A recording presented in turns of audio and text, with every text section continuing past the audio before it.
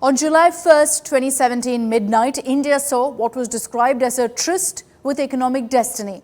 Under a ceremonial launch in Parliament Central Hall, the Goods and Services Tax (GST) was rolled out as the most significant economic reform in India's history, revolutionizing the country's indirect tax system.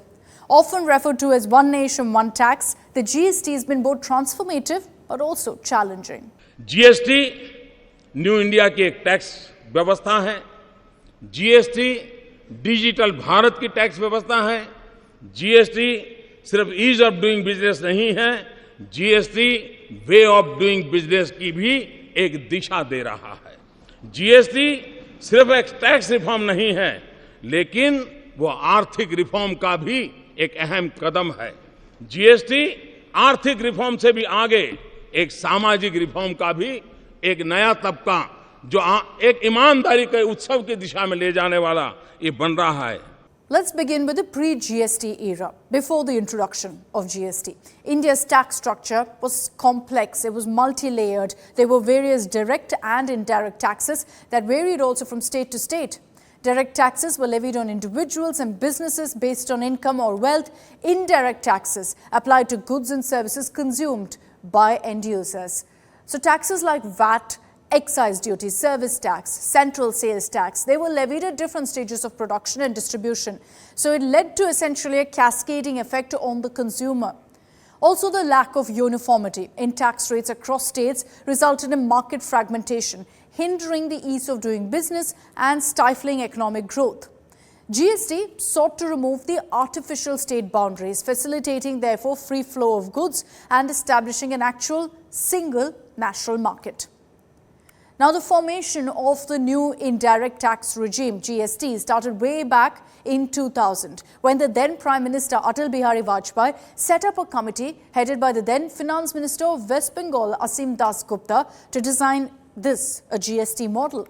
What followed was years of consultations and debates between the central government and states to build a consensus about this mega reform. There was strong opposition to the rollout of GST, especially during the tenure of Prime Minister Manmohan Singh, when the Gujarat government led by Narendra Modi actually objected to GST's rollout. They cited poor IT infrastructure. Ironically enough, it was the Narendra Modi government at the centre which then passed the constitutional amendment bill for GST in August 2016, and like I told you in the beginning, it was finally implemented on July 1st, 2017. The old India was economically fragmented. The new India will create one tax, one market and for one nation. जो एक बार आपने tax दे दिया inputs के ऊपर, output के स्तर पे उसका आपको लाभ मिलने लगेगा।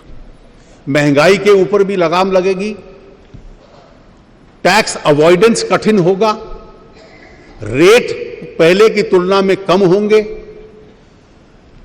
देश की जीडीपी को लाभ मिलेगा। Now, a unified tax system, GST, was introduced with the objective of creating a single unified market by subsuming various indirect taxes under one umbrella. The GST Council, a federal body comprising of representatives from both the central and state governments, was established to oversee the implementation and administration of GST, ensuring a cooperative federalism approach. India implemented a dual GST model consisting of central GST and state GST, CGST and SGST essentially.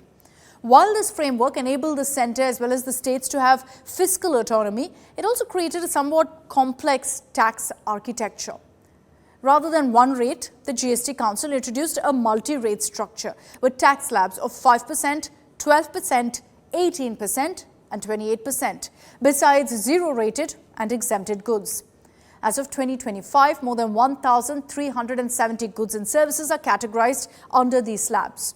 While the intent was to maintain revenue neutrality and address the varying nature of goods and services, these multiple rates did complicate the tax structure, making it less straightforward than initially envisioned. And that's why critics argue that this undermined the core objective of GST of one nation, one tax, to simplify the tax system. GST has succeeded in creating a common national market with a seamless movement of goods across state borders. The elimination of checkposts, the reduction of logistics costs have improved supply chain efficiency. One of the biggest achievements of the GST regime has been the formalization of economic activity. At the time of rollout of GST, there were about 1.03 crore registered taxpayers. This figure had increased to more than 1.46 crore as of March 2025. So that's a 42% jump in merely 8 years. Contributing to this success is the use of technological interventions like e-way bills, which allow the real-time tracking of goods. 8 years since its historic rollout, GST has transformed the Indian tax systems in ways never seen before. But GST remains far from a good and simple tax it originally aimed to be. GST isn't a failed reform, but whether it realizes its complete potential will hinge on how the next phase of reform is essentially managed.